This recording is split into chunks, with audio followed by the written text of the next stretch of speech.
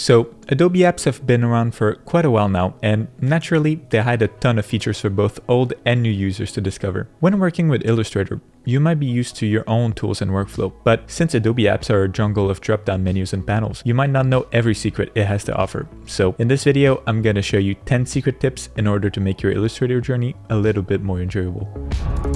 Outline or wireframe mode. Have you ever lost an object on your artboard because it was the same color as your background, because it had no fill, or because it was behind another object this whole time? Well, never lose them again with this tip. By pressing Ctrl or Command Y, or selecting View, then Outline, you can see every path and anchor point in a wireframe kind of look. Use this view to find hidden shapes, find stray anchor points, and check on if your shapes are really touching or not. Mastering guides.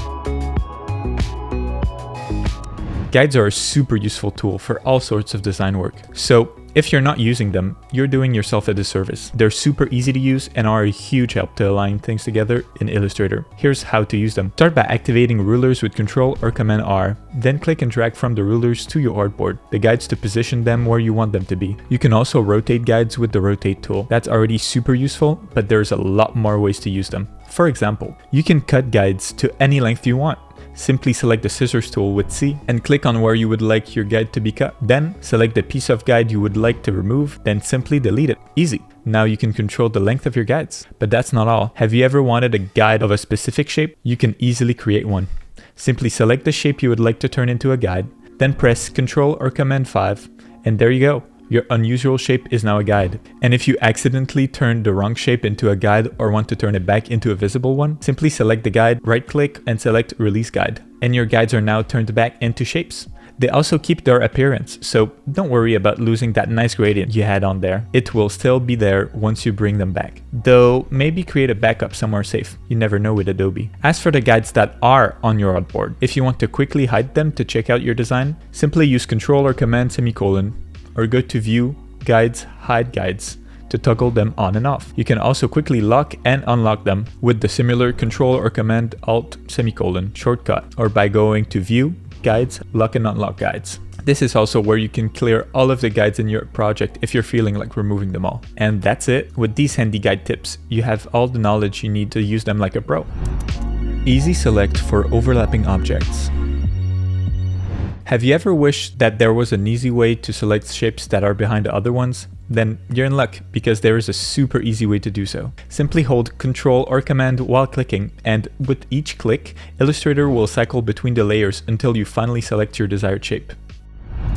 Key Object Alignment. Are you still aligning groups of shapes together by aligning them to the artboard or to your selection?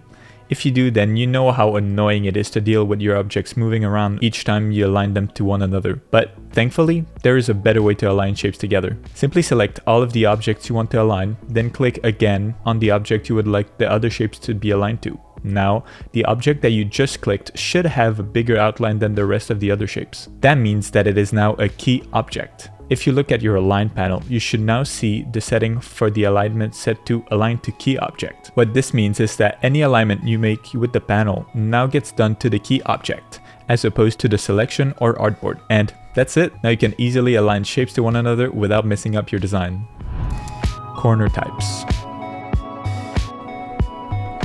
You might know that you can round corners of a path by using the little circles that appear near the anchor points of your shapes. But did you know there were two other corner types? There are rounded, inverted round, and chamfer corners. Simply press the up or down arrow while holding one of the handles, or by alt-clicking on the corner radius handles that will let you cycle through the available corner types. Crazy, right? Now you can quickly make stars and other funky looking shapes. And you aren't limited to only one corner type per shape. You can mix and match as you please, so go nuts, have fun with your corners. Copy colors to stroke.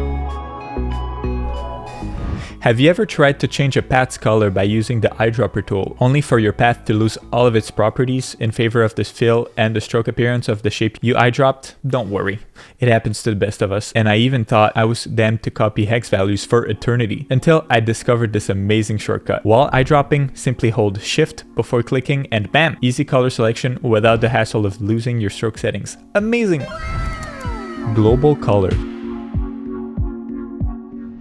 Have you ever had to change your whole project's color palette by hand? Well, I'm here to let you know that you never have to go through that process again. While creating your project, create a palette by inserting the colors you will use into the swatches panel. You can do this in a fast way by creating a bunch of squares with all the colors you're going to use, then by clicking the new color group button in the swatches panel. In the pop-up, make sure to check Convert Process to Global. This will create a palette in the swatches panel that you can then use while coloring your artwork. Make sure your colors have a white triangle in the bottom right.